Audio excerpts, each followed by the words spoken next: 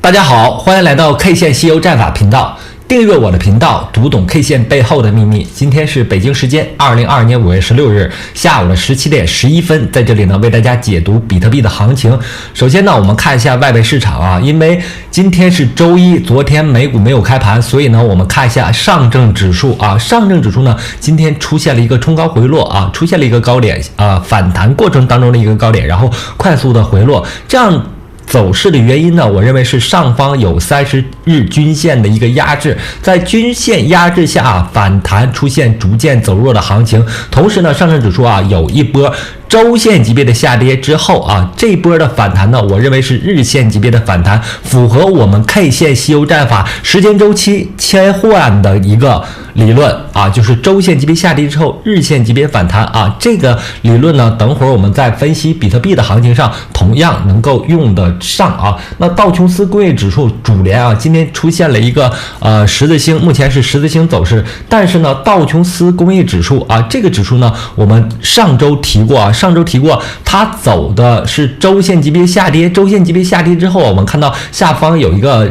非常重要的支撑，也就是120周的支撑，所以呢，在支撑这个位置附近，也就是31000点附近发生了日线级别的一个十字星，这个十字星呢是反弹的信号，也就是说道琼斯工业指数同 A 股一样，在发生了周线级别下跌之后，它有一波日线级别的反弹目前道琼斯工业指数处在这个反弹的过程当中这个反弹呢会严重影响比特币的行情那我们回到比特币的行情来看回到比特币今天出现了一个小幅的回落，这个回落呢，我认为是 A 股市场带动了这个比特币的一个小幅的回落，那这个回落的时间级别呢，我认为是小日线级别的。那它在反弹的过程当中，我们看到了小日线级别反弹之后这轮反弹仍然是没有发生出来4小时级别的上涨细游，也就是说呢，道琼斯工业指数和比特币一样，同时发生了周线级别的下跌。我们打到周线这个比特币的周线级别下跌呢，是在4月4日开始的。4月4日这周开始了一轮周线级别下跌。我们在上节课当中说出来了这个下跌呢是以2轮日线级别下跌做标志的2轮日线级别下跌之后也就是紫色这个区域紫色方块区域和红色方块区域2轮日线级别下跌之后发展出了一波周线级别的下跌。这个周线级别下跌之后呢，我认为会有起码4小时级别到日线级别的反弹，目前4小时级别反弹还没有发生出来它的主要反弹呢，我认为是小日线的反弹。小日线级别反弹之后我们切到小日线级别反弹之后这块有一波小日线级别反弹，小日线级别反弹之后做15分钟级别的回调然后呢反复对这个区域做一个收敛震荡方向是几乎是偏上的那我们认为在今天晚上美股如果出现反弹的继续，我们看美股现在已经出现2个阳线了第一个阳线呢是一个十字星，第二个阳线是实体阳线。这种情况下呢，我认为道琼斯工业指数还有机会能够继续往上走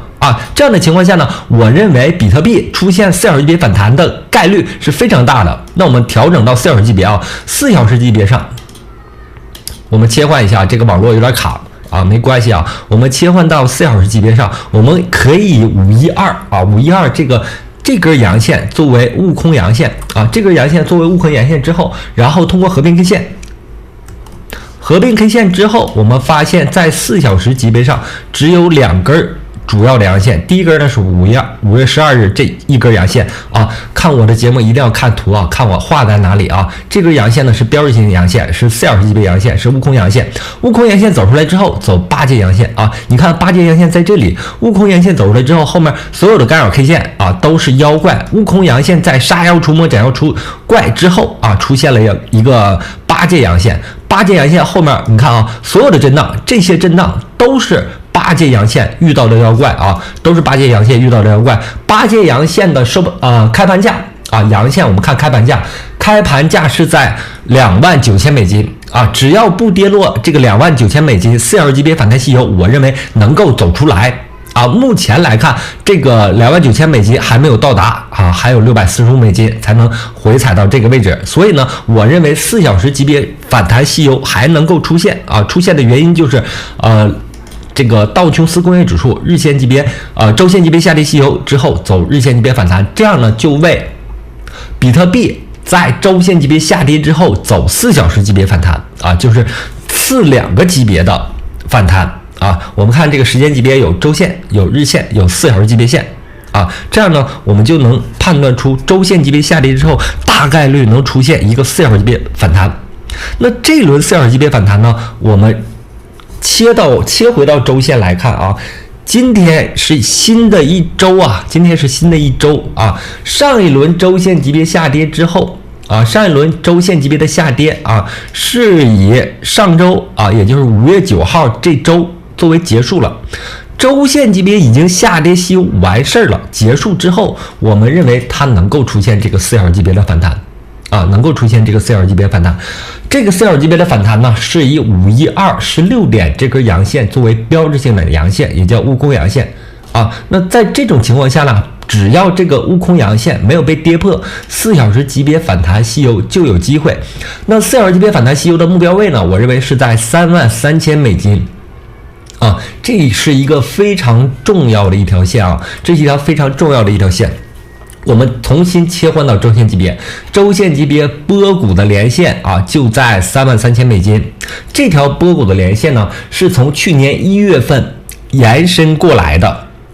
去年1月份的波谷啊连接过来的。这轮行情呢，总共有4次到达这个波谷的位置啊，4次到达波谷的位置，同时呢，在第4次发生跌破啊。将有个理论叫4次波谷理论啊，4次等位置波谷到达之后容易跌破，同时呢，4次等位置波峰出现之后容易上行出现一个新高啊，这一点呢一定要记住。所以呢，这轮行情在周线级别下跌吸油之后出现了一个新低，新低的原因就是因为4小时级别啊，周线级别出现4次等位置的波谷。最后发生了跌破，但是呢，我们还要考虑这个时间切换理论，周线级别下跌吸油之后，容易出现4小时级别到日线级别的反弹。虽然现在比特币走得非常弱势，但我认为在这个弱势的行情当中，弱势的盘整当中啊，正在酝酿4小时级别到日线级别的反弹。所以呢，我作为空头方向的我最近在熊市当中只做空头方向啊，我作为空头方向，我认为我应该耐心等待，而不是去抄底啊，因为空头方向趋势上的力量。行情仍然处在空头方向，只是这轮反弹我不做，我等待它出现一个遇到阻力位的位置，等待这个位置啊，因为你做单需要你考虑3点，第一点呢是趋势啊，趋势目前处在下行的反弹过程当中。第二点呢，你要考虑位置啊，位置就是在反弹过程当中能够遇阻的位置。那第3点呢，就是要考虑分布进场。分仓进行啊，也就是说你要考虑仓位啊，行情当中就这么点东西，3点你记住了，就能在行情当中获得很大的利润啊。第一点呢就是趋势，第二点位置，第3点仓位。那在现在这个行情当中正在进行4小时级别的反弹啊，只要不跌破28000这个位置，也就是4小时级别的这个悟空阳线的开盘价的这个位置28000。不跌破28000，我就认为4小时级别反弹能够运行出来，并且4小时级别反弹吸油的目标位是在33000美金，也是我们做空第一个入场的时间点价格点。然后第二个价格点呢，我在上堂课中也提到过就是如果在这轮行情当中，比特币的反弹比较强势周线级别下跌吸油之后出现日线级别的反弹，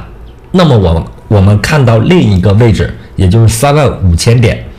甚至是35500这个位置上，那你看这个位置是日线级别下跌吸油，第2轮日线级别下跌吸油8届的收盘价的这个位置因为它是下跌的嘛。悟空阳线悟空阴线在4月26日，8届阴线在5月5日，8届阴线的收盘的这个位置大概位置是在35500。那也就是说，在这轮行情当中，周线级别下跌吸油之后，我们可以进场的位置，进场空单的位置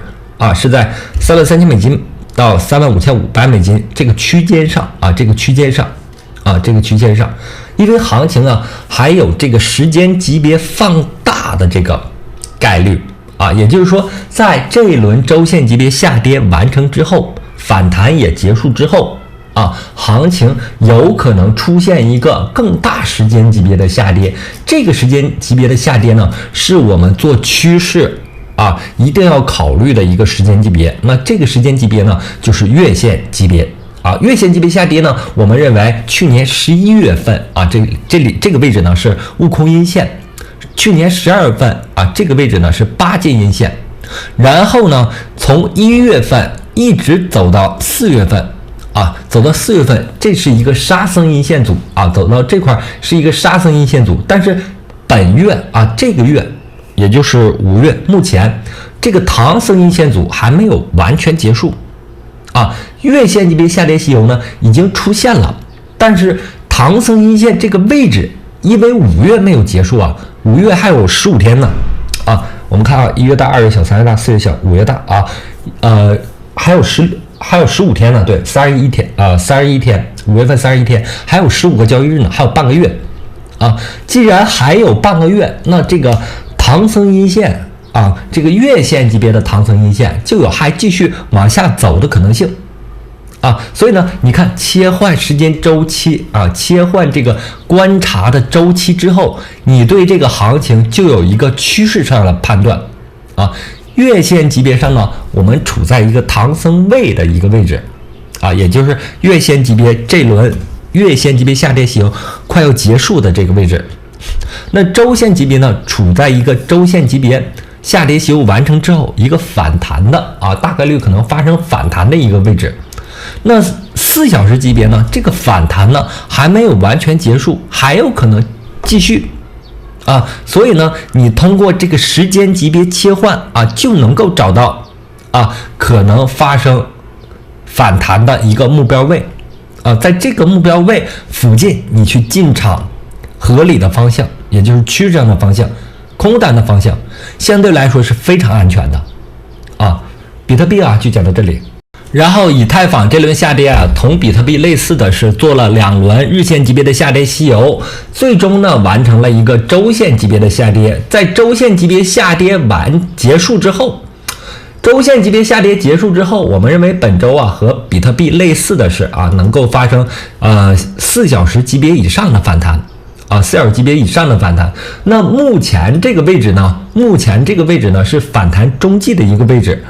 反复的震荡，反复的围绕这个震荡但是没有形成4小时级别的反弹。我认为不易于继续追空，而利于耐心等待我们要耐心等待以太坊出现一个4小时级别的反弹吸油。同时呢，我们看到了4小时级别反弹吸油是以5月13日早8点这根阳线为标志性的阳线，也叫悟空阳线这个阳线不跌破在当前行情当中不跌破的情况下，悟空阳线依然保持成立也就是说呢，悟空阳线同样也要杀妖除魔斩妖除怪之后能够发展出来4小时级别的反弹吸油。同时呢，我认为4小时级别反弹吸油的目标位，我认为是在$2350。为什么说这个位置呢？因为这个位置我们看到是日线级别前面下跌过程当中波峰连线连接过来之后，在$2400形成了一个压力。同时呢，再往上走是一个波谷连线日线级别从去年3月份至今的一个波谷连线连接过来之后，在前面5月8日发生跌破在这里面在$2600形成了一个压力。那以太坊的反弹就有2个目标位第一个目标位$2400，第二个目标位$2600。如果反弹到这个区间是一个做空的区域，那当前行情同比特币一样走了一个非常弱势的结构。虽然弱势，但是它时间级别和方向互相切换的这个原理还在那儿，所以在这里这个原理在这里，所以呢还不宜进场，耐心等待它4小时级别完成反弹之后再进场空单进场空单的理由和比特币是类似的时间级别切换，方向切换，周线级别下跌吸油之后，大概率会发生4小时级别的反弹。只要这个4小时级别反弹没有出现空单就不宜追空，不宜进场因为行情在这个底部的区域上反复的震荡，不断的诱空你只要做空了，它就容易快速的拉上去，快速的拉上去。这个诱空呢，甚至有可能出现一个新低，反复的刺探这个低点，这都是有可能的。但是它如果不做4小时级别的反弹，你就需要耐心的等待，等待它出现之后，至少是4小时级别反弹吸油，4小时级别反弹吸油出现之后，才是我们进场的一个时间点。同时呢，刚才我提到了这个点位点位一定要注意位置同样是非常重要的你懂得 K 线吸油战法理论之后，你能判断出趋势上涨趋势还是下跌趋势。在趋势情况下，你清楚的情况下你还要了解位置这个概念。位置是什么概念呢？位置是你获利的根本你只有站住好的位置、优势的位置、合理的位置你才能在这个震荡过程当中抵抗掉更少的损失因为这个行情是反复震荡的你一定要设置止损的。无论你是坚定的多头也好，还是坚定的空头也好，无论怎样进场，你都要以最小的损失获得更大的利润，最大的利润获得最趋势方向的利润所以呢，位置是非常重要的所以呢，我认为如果它能够发生4小时级别反弹，目标位到达2400到2600这个区间，也就是4小时级别反弹的目标位和日线级别反弹目标位这个区间上才是可以进场空头的一个机会。好了，那个主流币说这些，然后我们回到这个我们最关注的 GMT、JAL、APE 这些呢，目前来看这3个币种是热点币种，同时呢走势也非常稳定在这里呢，我们看到了 GMT 这个，有人说今天走得很弱确实很弱，因为比特币和以太坊比他们两个更弱一些，所以带动了GMT 和 JL 还有 APE 的回调。但是这个回调呢还在我们可承受的范围之内。为什么这么说呢？因为前面有一个结构，这个结构呢是波峰连线和波谷连线连接过来的。连接过来之后，我们看波峰连线连接到这里之后价格是在1.5块1.5美金。然后呢，今天的价格呢主要是围绕这个波峰连线的这个趋势线做缠绕。那在这个缠绕过程当中，同时呢，我们看到了前面做了一轮4小时级别的反弹我们要清楚的知道 GMT 的4小时级别反弹是强势于比特币的，因为比特币目前仅仅做出了1小时级别的反弹，没有做出4小时级别反弹。所以呢，我仍然认为 GMT、APE、JAL 作为热点币种，目前出现4小时级别反弹是强势于比特币的可能和你看到的不一样事实上就是如此。那在这轮它提前于比特币发生4小时级别反弹之后如果不跌破的话，我们看如果不跌破这个波谷的话，也就是1.7块这个位置不跌破的话，就有机会做什么呢？做日线级别的上涨为什么说它有机会做日线级别的上涨呢？因为 GMT 我们观察这轮行情第一轮它出现了日线级别的上涨吸油，然后4小时级别调整，然后再做日线级别上涨吸油，4小时级别调整，然后呢这里出现了一个想要突破做第3轮日线级别上涨吸油的一个趋势，但是由于大盘不好被带下来了。带下来之后呢，我们看它做了一轮日线级别的错杀，在这个错杀过程当中，我们看到了低点 0.8， 然后反弹过程当中提前于比特币出现4小时级别的反弹，但是呢这个反弹虽然强势于比特币，但是它有可能走独立行情，只要它的趋势不破坏的情况下，就有可能走出什么呢？走出同前面日线级别上涨吸油对等的一个上涨，也就是这轮反弹呢有可能出现日线级别目标位呢，我们可以看到目标位就是在这个波谷连线底边线的连线底边线连接过来之后，底边线的延长线目标位是在2.5美金。所以呢，在现货上，我认为它还有一个很大的上涨空间虽然出现了回调，但是它的机会仍然存在从而呢最终完成这样的结构当然了，2.5美金它是一个阻力位，我认为如果到达的话啊，是需要减仓的。同时，我认为在 GMP 的行情上啊，由于它波动过大，我不认为